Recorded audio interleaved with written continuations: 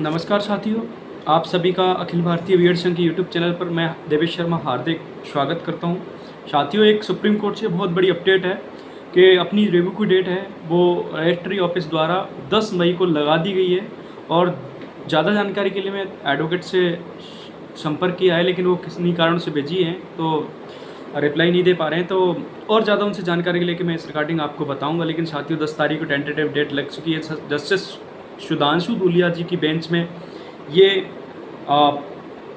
Open bench में सुनवाई नहीं होगी, लेकिन चैम्बर में सुनवाई होती है रिव्यू की। तो 10 मई को सुनवाई होने वाली है और फिर उसके बाद कोर्ट भी बंद हो जाएंगे। और अगर रिव्यू के तथ्य अच्छे हैं तो एक्सेप्ट होंगे ही, नहीं होगी। मैं बार बार आपको इस बात से पहले अवगत करा रहा था कि आप दो रिव्यू जो डॉक्यूमेंट मिले हैं हमें एक्सपर्ट कमेटी की रिपोर्ट के रिगार्डिंग, तो वो हमें लगाने चाहिए। लेकिन आप लोगों का कोई रेस्पॉन्स नहीं था, तो हमने वो सेकंड रिव्यू नहीं लगाया। एडवोकेट बढ़ा दिया कि बोल दिया कि इस रिव्यू को आगे बढ़ाइए, फर्स्ट वाली की डेट लगवाइए, और रिव्यू की डेट लग रही है। तमाम तरीके लोग अफवाहें फैला रहे थे डीएलएड वाले में। फिर जो एक और टीम है प्रयागराज वाली, जो ना तो कोई टेट है पास है ना कोई पास है, जिनके पास मैं एक बात आज सोच रहा था, जिनके पास योग्य नहीं है वो ही इस तरीके से डीएलएड के जो लोग हैं उनके पास खुद ने भी टेक कर रखी है, वो डीएलएड वालों को चला रहे हैं। तमाम तरीके का चंदा इकट्ठा किया था उस क्लियरिफिकेशन के नाम पर, कपिल सिब्बल और मीनाक्षी रोड का नाम का, उसका आज तक कुछ नहीं हुआ। क्या हुआ उस चंदे का, वो तो एकदम सबको पता था।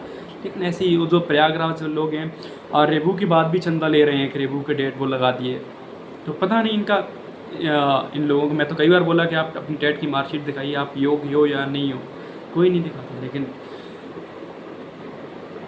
वो जैसा कर रहे हैं उनका उचित लगता है आप। लेकिन मैं तो बार बार आपके साथ शुरू से हूँ, और जैसे लोग भागे मैं तो भागा नहीं। लेकिन मैं आपको रिव्यू तक का मेरे साथ था, और मैं 10 तारीख को केस से जो भी रिव्यू का फैसला होगा एक्सेप्ट होगा तो आगे बढ़ेंगे, नहीं तो फिर मेरा 10 तारीख को इस केस से मैं कोई वास्ता नहीं रखूँगा। मैं तमाम तरीके से आपसे अपील की थी, पहले आप मिलिए, चुनाव के बाद आपको जो करना है करिए। लेकिन मैं इस केस से विड्रॉ होने वाला हूँ 10 तारीख को। मुझे इस केस के रिगार्डिंग फिर बाद में मैं कुछ आगे कुछ नहीं करूँगा। 10 तारीख तक मेरा साथ था, मैं झेल रहा था सबको, सोच रहा था सबकी जो भी बातें कह रहे थे, मैं सबको, कोई गालियाँ दे रहा था, सबको सुन रहा था चुप होके। लेकिन जिस दिन मैंने बोला रिव्यू की डेट लगेगी, कोई बोला डिस्पोज हो गया, ये हो गया। लेकिन मैं इस दिन का इंतज़ार कर रहा था कि जिस दिन रिव्यू आएगा मैं सबको बताऊंगा कि मैं आज इस केस से विड्रॉ कर रहा हूँ। मुझे इस केस से कोई मतलब नहीं रहेगा रिव्यू के बाद में, रिव्यू की डेट लगते ही। मैंने तमाम तरीके की कोशिश की, हर तरीके की, कैसे भी करके लोग मंत्रियों से मिलके और इस केस का सॉल्यूशन निकले। मेरे जो साथी रहे हैं उनको पता होगा मैं किस तरीके से संघर्ष किया। एनसीटी ऑफिस कई बार जाना हुआ, मंत्रियों से मिलना, ये मैंने अपनी ज़िंदगी के जो गोल्डन टाइम था 2 साल वो मैंने इस केस में बर्बाद की, क्योंकि मेरी नौकरियां थी। उत्तर प्रदेश के चयनित लोगों ने मुझे बताया था कि तुम्हारी नौकरी लग जाएगी, तुम क्यों चिंता कर रहे हो, सरकार तुम्हारे साथ में। उनकी जो भी ज्वाइन की, हमें एक वो था कि कहीं हमारी नौकरी लग जाएगी। तो मैंने अपना 2 साल बर्बाद की। मैं अपने जो मेरे से मेहनत होती है उससे ज़्यादा मैंने मेहनत की। शायद मुझे नहीं लगता इतना कोई मेहनत कर सकता है, क्योंकि मेरी खुद की नौकरी थी। इस वजह से आज मैं खुद बेरोज़गार बैठा हुआ हूँ। तो मुझे भी आगे अपनी पढ़ाई करनी है। क्यों, मैं कोई अरबपति खरबपति अंबानी का बेटा नहीं हूँ, मैं किसान परिवार से आता हूँ। मुझे भी तैयारी करनी है। मेरा बैकग्राउंड था, मैं स्कूल से अच्छी खासी परसेंट है मेरी, और अच्छी खासी मेरी ऐसा कोई नहीं है मेरी डिक्टेशन या फिर 60-70-80% ना हो। मैं ऐसा हर, मेरे पास एमएससी भी 70 फाइनल ईयर 70% क्वालिफाइड हूँ। मैं बीएड है मेरे पास, और बीएससी में गवर्नमेंट कॉलेज से किया हुआ हूँ। मेरी 12th में मेरी अच्छी खासी परसेंट है, डिक्टेशन लगी हुई मेरी परसेंट है हर सब्जेक्ट में।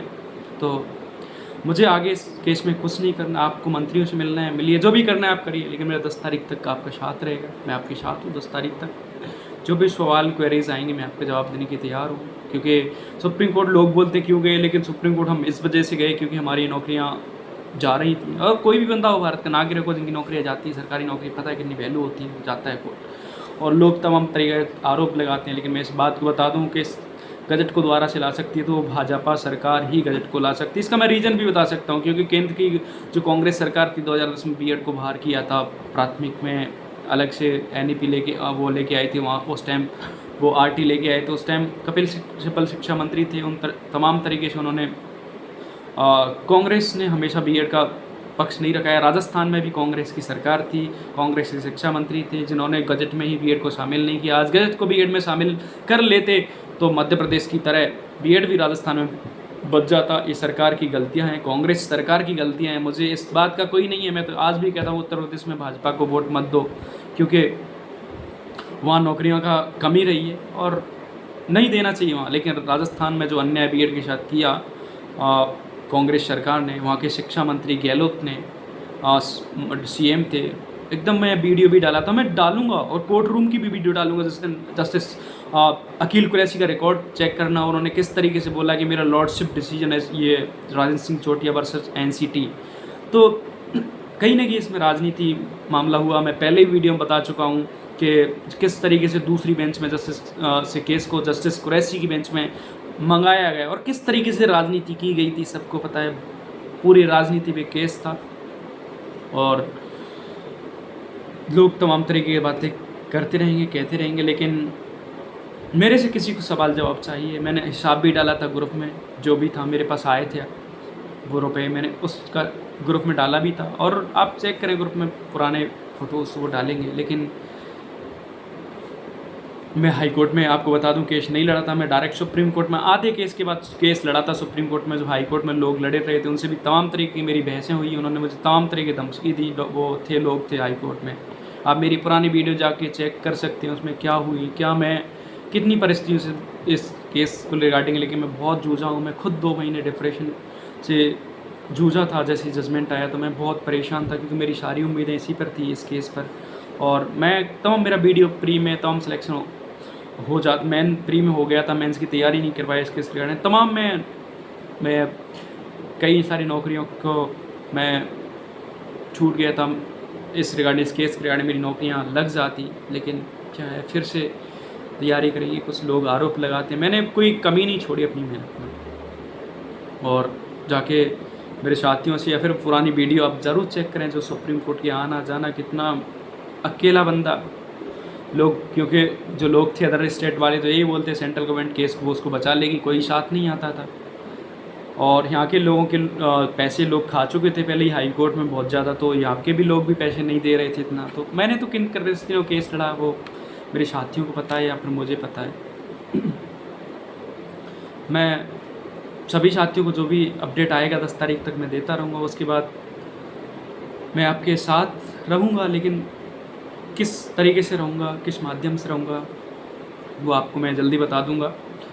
लोगों ने किस तरीके से क्या किया है, जो आज ये प्रयागराज वाले लोग हैं एकेडमी चला रहे हैं, इनके पास मैं बार बार बोलता हूँ टेट पास लोग नहीं है, लेकिन बोलने को उनके पास बोलने का तजुर्बा है तो बोलते हैं, कैसे भी बोलते हैं। लेकिन सत्य यही है कि उन लोगों ने बीएड के लिए कुछ नहीं किया। उस टाइम हम बोल रहे थे कि आप सहयोग करवाइए, हम हरी सालवे तक को उतारेंगे, लेकिन कोई सहयोग नहीं। चयनित को बोला था हमने उत्तर प्रदेश वालों को, कोई सहयोग नहीं।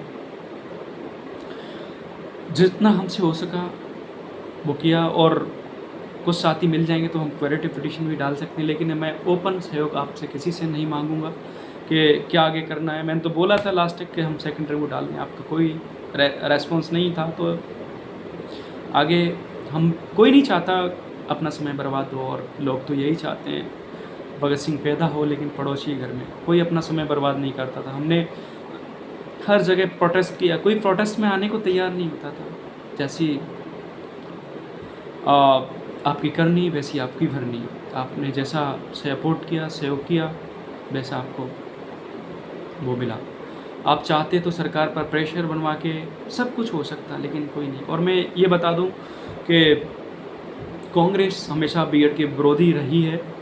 राजस्थान हो चाहे वो सेंट्रल गवर्नमेंट में उस टाइम आरटीआई उस टाइम बीएड को बाहर किया, और आप चाह रहे हो कि कांग्रेस शामिल कर लेगी बीएड को। इस बात को सिरे से निकाल देना कि बीएड को प्राथमिक शिक्षक भर्ती में कांग्रेस शामिल करेगी, नहीं करेगी। कर सकती है तो आप भाजपा सरकार से मिलिए, उन्होंने 2018 में बीएड को शामिल किया, आगे भी वही करेंगे। आप सोचें कि राहुल गांधी जी कर लिए, कोई नहीं करने वाला। कर सकती है तो आप जाके उनके अपनी ग्रुप बनाइए स्टेटों से और मिलिए अपने स्टेट के लीडरशिप से गजट के रिगार्डिंग। और रोज़गार का मुद्दा अलग है कि उत्तर प्रदेश में रोज़गार नौकरियां नहीं दे रखी है भाजपा सरकार, तो वहाँ कतई उसको वोट ना करें, आपकी मर्ज़ी है। लेकिन बीएड के रिगार्डिंग में भाजपा के सपोर्ट में हूँ, और वो गजट लेके आए थे अब क्या परिस्थिति रही कि क्या रहा, गजट खारिज हुआ, आगे क्या करेगी सरकार, गजट लेके आएगी, लेकिन इनपुट है कि वो चुनाव के बाद गजट लेके आएंगे, ऐसा इनपुट मिला है भाजपा की तरफ से कि हम चुनाव के बाद इस नोटिफिकेशन पर दोबारा से विचार करेंगे। और आपकी मर्ज़ी है आपको क्या करना है। सभी साथियों को धन्यवाद। जय हिंद जय भारत। जैसी एडवोकेट से कोई अपडेट मिलती है तो मैं आप तक दे दूँगा। मेरा उद्देश्य आपके टाइम को बर्बाद करना नहीं है। धन्यवाद। जय हिंद जय भारत।